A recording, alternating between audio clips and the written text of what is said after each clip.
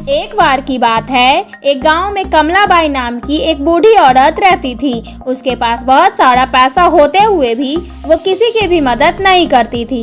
उसके कंजूस होने की वजह से सब लोग उसकी अपेक्षा करते थे। कमलाबाई के पास जितना भी पैसा और सोना था उसे एक बर्तन में रखकर अपने घर के बीच में गाड़ रखा था। वो उस पर पुरानी चटाई बिछाकर सोती थी। एक दिन एक साधु गांव में आया। कमलाबाई के बारे में न कुछ जानते हुए उसके घर के आगे एक पेड़ के पास बैठ गया। कमलाबाई ने साधु को देखा तो उसको लगा साधु उसे लूटने आया है, तो उसने एक बड़ा सा डंडा उठाया और उसके सर पर दे मारा। अरे बदमाश, तू अभी भी मेरे पेड़ के नीचे बैठेगा? तेरी इतनी हिम्मत! तुरंत वो साधु उठा और अपनी चीजें लेकर भाग गया। फिर उसने गांव के लोगों से कमलाबाई के बारे में पता किया। वो कमलाबाई, वो तो बहुत कंजूस है, किसी की भी मदद नहीं करती। बुढ़िया के पास पैसा बहुत है, देती किसी को नहीं। कमलाबाई दान दक्षिणा भी नहीं देती किसी को। सबसे एक जैसी बातें सुनकर साधु को कमलाबाई पे दया आ गई और उसने उसे बदलने की सोची। उस दिन आधी रात को कमलाबाई के घर के सामने एक अनोखी घटना हुई। कोई एक काला मुखौटा पहने अपने सर पर 9 घड़े रखकर अजीब सा नाच रहा था। जब कमलाबाई ने पायल और घुंघरू की आवाज सुनी तो उसने एक बड़ा सा डंडा हाथ में लेकर घर का दरवाजा खोला। भूत को घर के सामने नाचते देखकर कमलाबाई डर गई। तुरंत वो अपने घर में घुस गई और दरवाजा बंद कर दिया।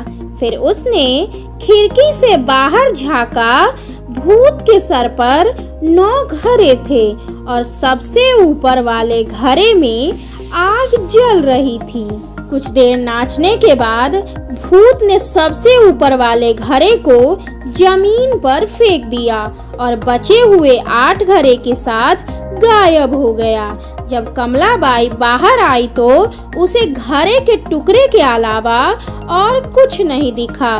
कमलाबाई डर गई। मेरे घर पे भूत आया था, मेरी मदद करो, मेरी मदद करो। क्योंकि कमलाबाई को कोई पसंद नहीं करता था, किसी ने उसकी चिल्लाने की फिक्र नहीं की। एक भूत मेरे घर के आगे नाच रहा था, इसका क्या मतलब हो सकता है? मुझे बहुत डर लग रहा है। लेकिन किसी ने उसके बातों पर ध्यान नहीं दिया, बल्कि उसके तरफ देखा भी नहीं। अगले दिन रात में कमलाबाई एक बड़ा सा डंडा पकड़कर खड़ी हो गई।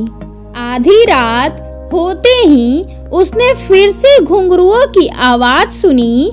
खिड़की से बाहर देखा तो उसे भूत के सर पर 8 घड़े दिखे।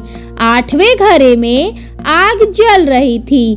चुड़ैल ने सबसे ऊपर का घड़ा फेंक दिया और बचे 7 घड़े के साथ गायब हो गई। हर दिन भूत आधी रात को आता, कुछ देर नाचता और फिर सबसे ऊपर का घड़ा तोड़कर गायब हो जाता। ऐसा रोज रोज जब होने लगा तो कमलाबाई डर गई और इससे छुटकारा पाने के लिए जादूगर भैरव के पास गई। हर रात एक भूत आकर मेरे घर के सामने नाच रहा है, मुझे उससे बचाइए। तुम जैसी कंजूस औरत की मदद कभी ना करूं। भूत के कारण मैं बहुत परेशान हूँ, आप ही मदद करें। क्या तुम किसी की मदद करती हो तो तुम्हारी मदद कौन करेगा? उसने अपने घर के पास चौराहे पर पेड़ के नीचे उसी साधु को देखा। वो तुरंत उसके पास गई और कहा, साधु महाराज, जब आप मेरे घर के सामने बैठकर ध्यान कर रहे थे तो मैंने चोर समझकर बहुत पीटा, मुझे माफ कर दीजिए। साधु मुस्कुराया और बोला, कोई बात नहीं, अब तुम क्या चाहती हो? साधु महाराज, हर दिन एक भूत आधी रात को अपने सर पर घड़ा रखकर मेरे घर के सामने नाचता है और वो हर दिन एक घड़ा फोड़ रहा है। फिलहाल उसके सर पर 5 घड़े हैं। इसकी वजह न जानकर मैं पागल सी हो गई हूँ। कोई उपाय नहीं है कमलाबाई, क्योंकि भूतों के सरदार उन्हें छोड़कर चले गए हैं, इसलिए वो निसहाय हो गए हैं। समूह छोड़ने वक्त भूतों के सरदार ने उनसे कहा कि तुम उनके सरदार बनने के योग्य हो, इसलिए वो भूत तुमको अपने साथ ले जाने की कोशिश में है। अगर तुम बहुत समय जीवित रही तो ये मुमकिन कैसे होगा, इसलिए वो अलग अलग तरीके से ले जाने का प्रयास करने लगे हैं। जैसे ही बचे हुए 5 घड़े फूट जाएंगे तुम मर जाओगी। हे ईश्वर, आपको मुझे बचाना होगा। मैं अपनी सारी जमा पूंजी आपको दे दूंगी, कृपया कुछ कीजिए। ठीक है, आज से तुम श्रद्धा पूर्वक पूजा पाठ दान दक्षिणा देना शुरू कर दो, बाकी मैं देखता हूँ। उस दिन से कमलाबाई ने दान देने का निश्चय किया। जब वो लोगों को दान देने पहुंची तो किसी ने उससे कुछ नहीं लिया। लोग उससे दूर जाने लगे, यहाँ तक कि कुत्तों और कौवे ने भी उसके डाले खाने को नहीं छुआ। और उस रात कमलाबाई के घर के सामने एक और घड़ा फूट गया। अगली सुबह कमलाबाई साधु के पास गई। साधु महाराज, मैं मृत्यु से नहीं बच पाऊंगी, कोई मेरा दान नहीं ले रहा है। जो खाना मैं देती हूँ उसे कुत्ते और कौवे तक भी नहीं छूते हैं। हाँ, क्योंकि तुमने ये धन लोगों के अपेक्षा करके अमानवीय ढंग से इकट्ठा किया है। पशु पक्षियों को भी इसकी खबर है, इसलिए अपना पैसा अब मंदिर बनवाने, अनाथ आलय बनवाने, कुआं खुदवाने में खर्च करो।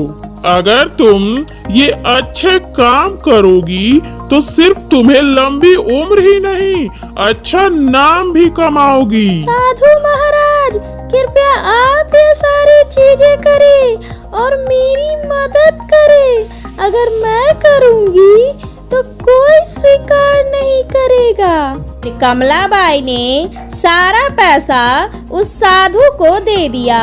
उस पैसे से साधु ने कई अच्छे काम किए।